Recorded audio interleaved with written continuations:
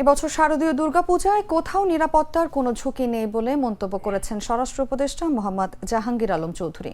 বলেন, এবারের দুর্গাপূজা ঘিরে সাম্প্রদায়িক সম্প্রীতির বন্ধন আগের চেয়ে আরও বেশি উন্নত হবে। সোমবার সকালে তিনি নারায়ণগঞ্জ শহরে শ্রী রামকৃষ্ণ মিশন আশ্রমে পূজা মণ্ডপ পরিদর্শন শেষে সাংবাদিকদের প্রশ্নের জবাবে এই মন্তব্য করেন। স্বরাষ্ট্র উপদেষ্টা বলেন, এবার সব ধরনের মানুষ সাথে মিলেমিশে উৎসব উদযাপন করতে পারেন। সরকার সেই লক্ষ্যে ইতিপূর্বে দেশের সবগুলো পূজা উদযাপন পরিষদের নেতাদের সঙ্গে বৈঠক করা হয়েছে। প্রতিমা নির্মাণের শুরু থেকেই প্রতিটি পূজা মণ্ডপে নিরাপত্তা ব্যবস্থা নিশ্চিত করতে তাদের প্রতি নির্দেশনা দেওয়া হয়েছে।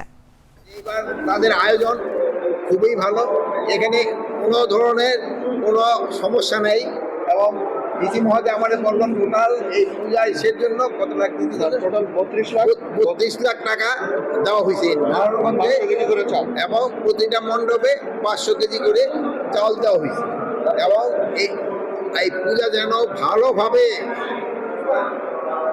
মানে উদযাপন করতে পারে এবং এটার যেন এটা কিন্তু একটা ধর্মীয় অনুষ্ঠান, এটার কিন্তু পবিত্রতাও একটা রক্ষা করতে হবে এবং এই সব ধর্ম মিলে যেন এখানে একভাবে কাজ করতে পারে এই ব্যবস্থা করা হয়েছে।